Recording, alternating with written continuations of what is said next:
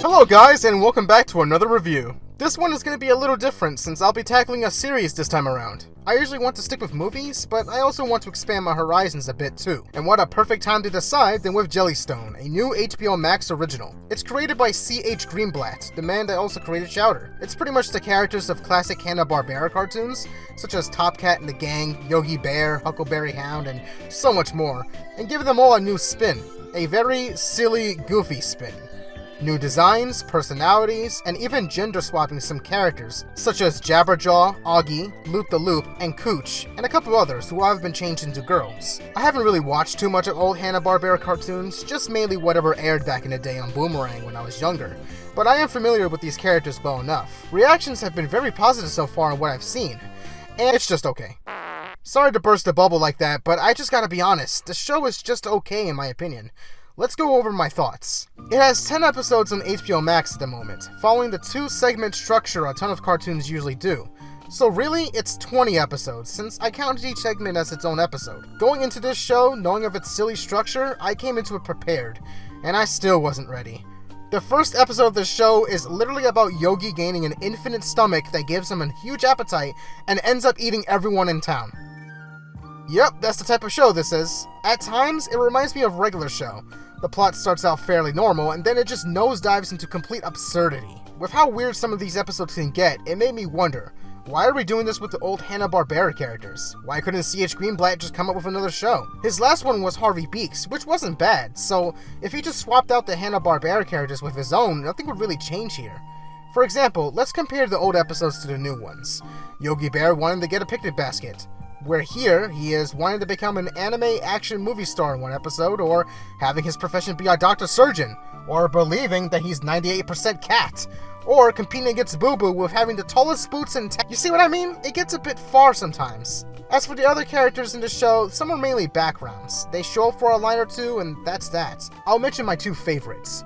That being Augie and Loopy. Augie is adorable and has plenty of moments to shine throughout the episodes, with a lot of good lines. Again, her dynamic with Doggy Daddy was great, and I think the decision of making her a girl really helped a lot here. As for Loopy, she's barely in the show unfortunately, but I loved each time she was on. I hope they'll make an episode for her in the future. I refuse to move my body for sport, only pleasure. Yogi was a character I wanted to like, but the way they presented him in some episodes made him come off as a bit unlikable. Though I did like the gag in episode 3 where Boo Boo wakes him up every morning with protective gear because he goes all feral at first. And Shag, oh boy, I'll get to him in a bit. If anything, there are no main characters either. I had thought that Yogi, Boo Boo, and Cindy were the main ones, since they are prominent in the first 3 episodes the most, but it also cuts to Doggy Daddy and his daughter, Augie, and then eventually it focuses on the kids, which are Augie, Yagi, and Shag. They even have 2 episodes back to back, which kinda hurts the variety at times too. I would have liked them to see an episode about Peter Potamus, since they pretty much turned him into a weeaboo. He collects action figures and adores anime. I could have seen them make a funny episode about that, but he's mainly just for side gags. Alright, I'll talk about Shag.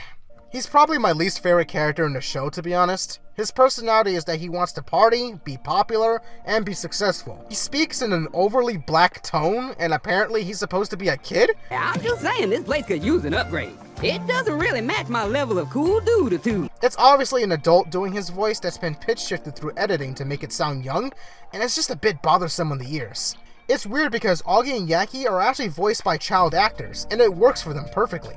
For Shag, it just doesn't, and I unfortunately don't really find them funny. The humor is a bit hit or miss sometimes. At times, it can bring me a chuckle with its goofiness, but other times, it kinda misses the mark for me. Like how they extend a joke that'll just have a predictable outcome, or where it just goes on and on and on. They also seem to repeat certain jokes as well, like if a character created a mess, or if they're being chased, other side characters would be standing in the way to point something out loud, only for it to be ruined by whatever is rushing toward them. I swear, they did this like 3 times. Now, not to say that these episodes aren't bad per se, they aren't, but they weren't exactly 100% for me. But for my favorite episodes, I'd say it was episode 6, Grocery Store, and episode 19, A Fish Sticky Situation. Grocery Store has a very simple grounded plot. Doggy Daddy forgot to get the bananas while planning on making fruit salads with Augie, and she decides to venture off by herself to get it so that he can stay to hold their place in line. He of course freaks out because they never separate, and she ends up getting distracted by everything in the store, as we cut back to him freaking out and getting worse and worse. This episode was pretty funny throughout, honestly, and I like their dynamic together. It's just strange that they build him up to be this overprotective type, especially in episode 4, but then in episode 9, VIP Baby You Know Me, she is shown to be alone the whole episode, interacting with her two friends, Yaki and Shag, without him anywhere in sight. Weird. A fish sticky situation is a bit more wild, but I really enjoyed it as well. Top Cat and his gang trying another scheme to swindle the residents of the town of their money by selling them 6-year expired fish sticks. However, this ends up making them become mindless hungry fishes, and they have to cure them all by randomly splatting tomato bisque on them all. The plot is silly, but it works here for me. I enjoyed it quite a bit. Top Cat's gang is fun to watch, and this is the best one that they're in. As for my least favorite episodes, Cheese Pizza Explosion is one of them. Yogi gets a craving of pizza in the Chuck E. Cheese themed place, but he can't go in without a kid. So of course, he has to bring in Shag. It couldn't have been another kid.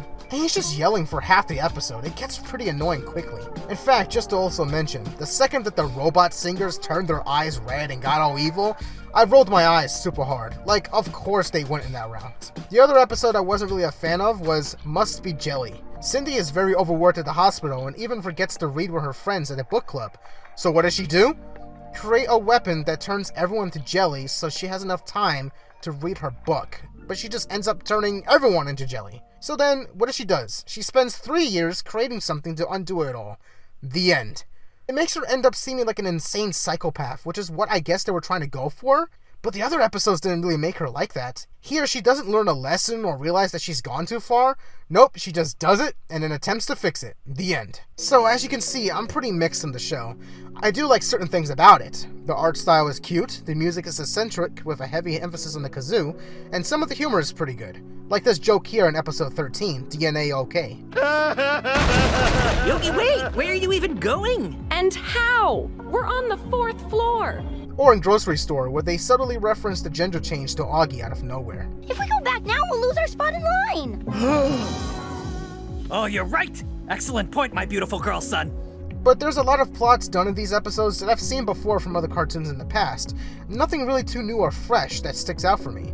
Which is a shame because I really wanted to like this a lot more than I did, but that's just how it ended up becoming. So overall, while I don't hate the show at all or think it's bad, I do think it's just okay.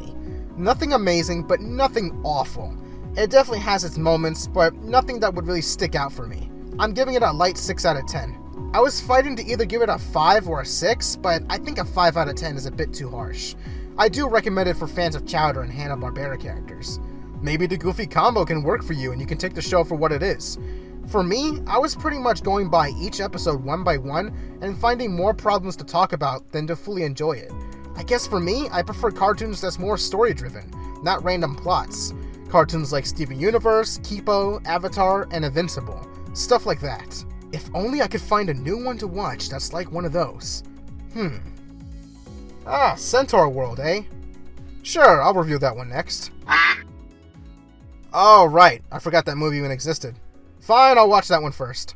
I'll see you next time, guys.